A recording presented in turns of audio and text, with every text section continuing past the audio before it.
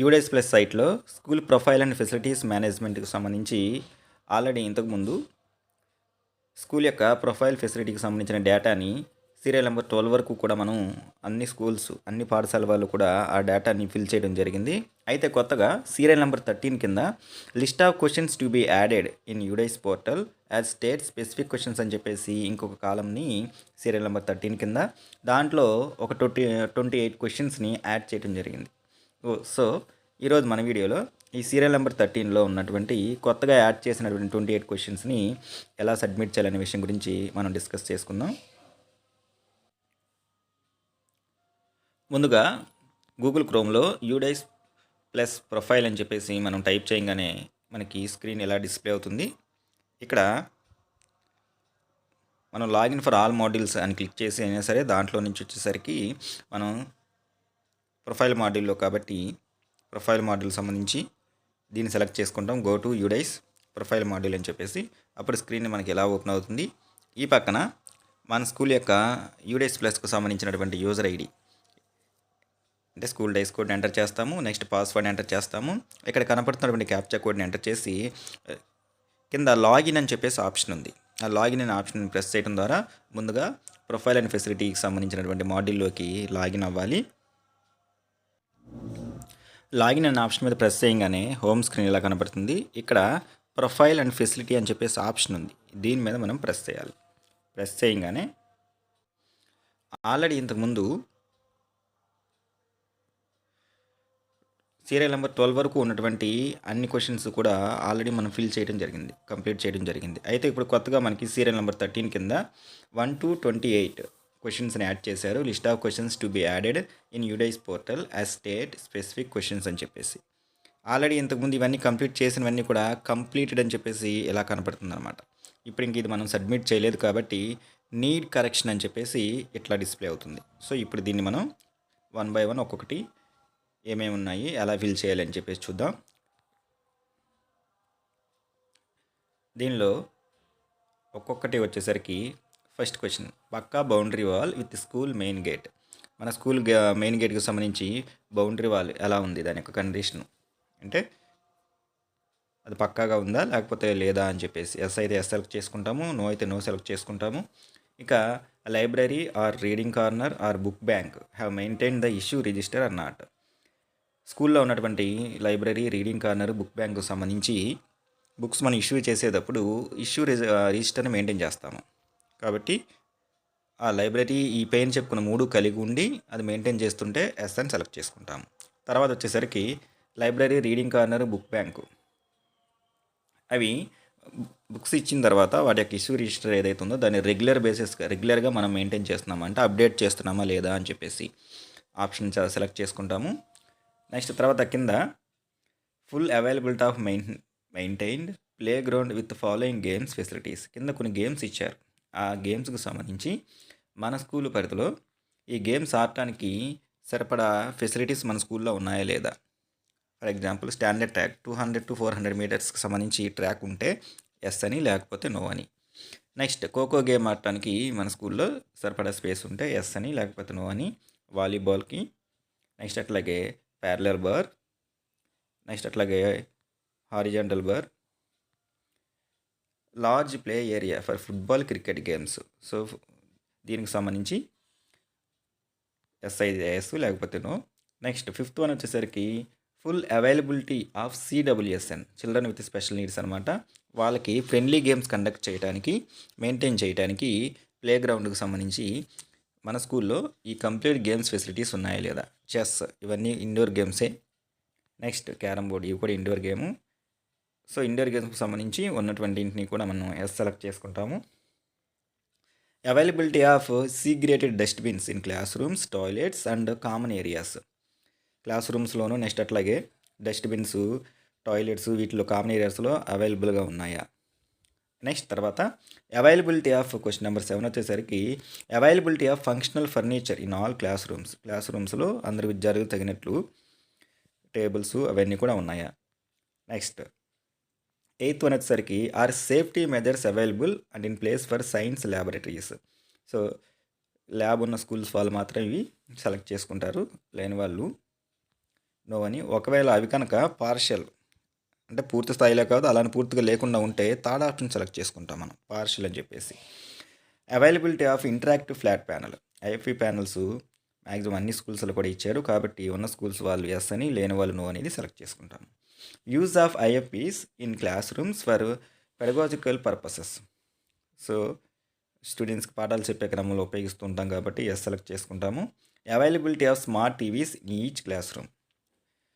మనకున్నటువంటి క్లాస్ రూమ్స్లో smart TVs available ఉన్నటువంటి వాటిని ప్రైమరీ స్కూల్స్లో అన్నింటిలో కూడా స్మార్ట్ టీవీస్ అవైలబుల్గా ఉన్నాయి, వాళ్ళు ఎస్ఎన్ సెలెక్ట్ చేసుకుంటారు. యూజ్ ఆఫ్ డిజిటల్ లైబ్రరీ ఈ content mediums in school for pedagogical purposes. So ఈ కంటెంట్ యూట్యూబ్ కానీ మనం స్మార్ట్ టీవీస్ ఐఎఫ్ ప్యానల్ మీద చూపించేవి అనమాట. నెక్స్ట్ తర్వాత 13th వన్ వచ్చేసరికి యూజ్ ఆఫ్ డిజిటల్ లైబ్రరీ ఈ content mediums in school for pedagogical purposes for CWSN students. CWSN students ఉండి వాళ్ళ కోసం మనము ఈ పైన చెప్పినటువంటి ఈ కంటెంట్ని కనుక ఉపయోగిస్తూ ఉంటే ఎస్ అని సెలెక్ట్ చేసుకుంటాము. Condition of kitchen shed with in school premises. So kitchen shed MDM చేయడానికి కిచెన్ షెడ్ దాని కండిషను గుడ్, బాగుంది. కొంచెం ఏమైనా మేజర్ రిపేర్స్ ఉంటేనేమో సెకండ్ది, మైనర్ రిపేర్ అయితేనేమో థర్డ్ది. దాన్ని బట్టి కండిషన్ బట్టి ఇక్కడ ఉన్నటువంటి దాన్ని సెలెక్ట్ చేసుకోవాలి. Is kitchen garden properly maintained. కొన్ని స్కూల్స్లో కిచెన్ గార్డెను మెయింటైన్ చేస్తూ ఉన్నారు. వాళ్ళు ఏ స్కూల్స్ అయితే కిచెన్ గార్డెన్ ఉన్నాయో వాళ్ళు ఎస్ అని, లేని వాళ్ళు నో అనేది సెలెక్ట్ చేసుకుంటాం. Next school belongs to. మన స్కూలు మేజర్ పంచాయతీ పరిధిలో ఉందా, పంచాయతీ పరిధిలో ఉందా, వార్డ్ పరిధిలో ఉందా, దాన్ని బట్టి అలా లొకేషన్ బట్టి ఇది సెలెక్ట్ చేసుకుంటాము.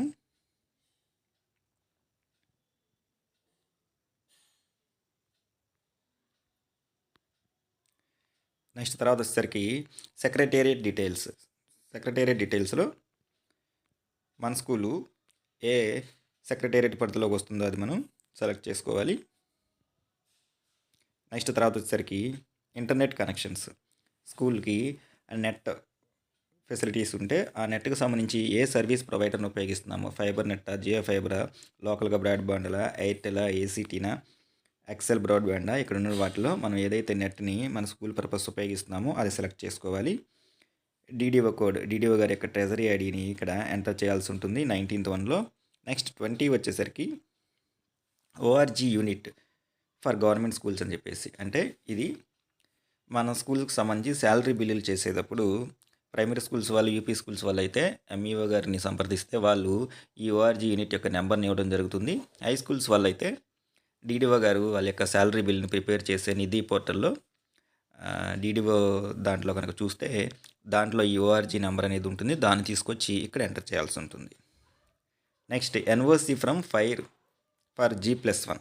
G+1 కలిగి ఉండి ఫైర్ డిపార్ట్మెంట్ని కనుక మనం ఎన్ఓసి తీసుకొని ఉంటే ఎస్ అని, లేకపోతే నో అని సెలెక్ట్ చేసుకుంటాం. ఎస్ అని సెలెక్ట్ చేసుకుంటే ఆ ఎన్ఓసి ఇష్యూ చేస్తే ఎస్, ఎన్ఓసి ఇష్యూ చేసిన డేటు వ్యాలిడ్, అంటే అది వ్యాలిడ్ అప్ టు ఎప్పటి వరకు ఎన్ఓసి వ్యాలిడ్ ఉందో అది. లేకపోతే నో అనే ఆప్షన్ సెలెక్ట్ చేసుకుంటే ఈ మూడు కూడా మనకి క్లోజ్ అయిపోతాయి. ఇప్పుడు 21 వచ్చేసరికి available land in acres.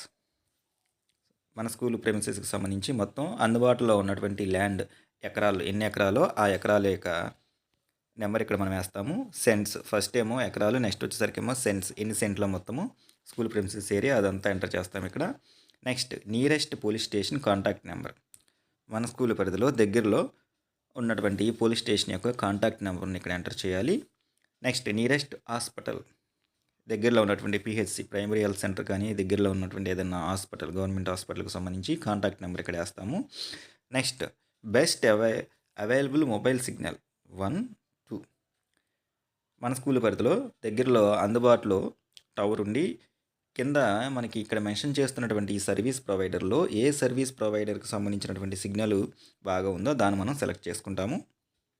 Next తర్వాత వచ్చేసరికి బెస్ట్ అవైలబుల్ మొబైల్ సిగ్నల్ 2 అనమాట. ఆ ఫస్ట్ దాని తర్వాత ఇంకా సిగ్నల్ బాగా ఉన్నది ఏదైతే ఉందో దాన్ని మనం సెలెక్ట్ చేసుకుంటాము. Daily attendance displayed on the board for each classes. ప్రతిరోజు కూడా స్కూల్లో టోటల్ రోలు, నెక్స్ట్ ఆ రోజు ప్రజెంట్ అయిన వాళ్ళు, ఎండిఎం టేకుని, వీటికి సంబంధించినటువంటి డీటెయిల్స్ అన్నీ కూడా మనం డిస్ప్లే చేస్తున్నామా లేదా అనేది ఎస్ సెలెక్ట్ చేసుకుంటాము. Complaint box with 1089 for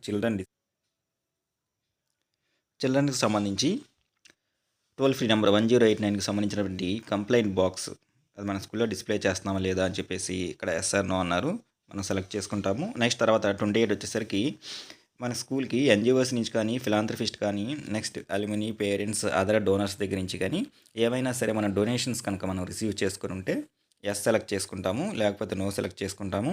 yes select చేసుకుంటే ఆ అమౌంట్ ఎంతైతే మనం రిసీవ్ చేసుకున్నామో ఆ అమౌంట్ని ఇక్కడ మెన్షన్ చేయాలి. నో సెలెక్ట్ చేసుకుంటే ఆ అమౌంట్ని మెన్షన్ చేయాల్సిన అవసరం ఉండదు. ఇవన్నీ కూడా ఎంటర్ చేసిన తర్వాత ఇందాక నీడెడ్ కరెక్షన్ అనేది మనకి ఇప్పుడు కంప్లీటెడ్గా చూపిస్తుంది అనమాట. అది కూడా ఒకసారి చూద్దాం. ఇలా డేటా మొత్తం కూడా మనం ఎంటర్ చేసిన తర్వాత ఇంతకుముందు ఇక్కడ నీడెడ్ టు బీ కరెక్షన్ అని చెప్పేసి ఉన్నది. Serial number 13 1 to 28.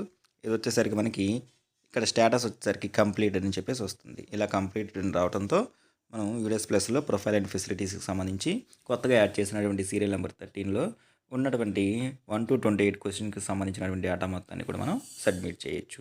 ఈ విధంగా అన్ని పాఠశాలల వాళ్ళు కూడా వారి యొక్క 2024-25 సంవత్సరానికి సంబంధించి యూడిఎస్ ప్లస్ సైట్లో ప్రొఫైల్ అండ్ మేనేజ్మెంట్లో కొత్తగా యాడ్ చేసినటువంటి దీనికి సంబంధించిన డేటాను అందరూ కూడా సబ్మిట్ చేయాలి.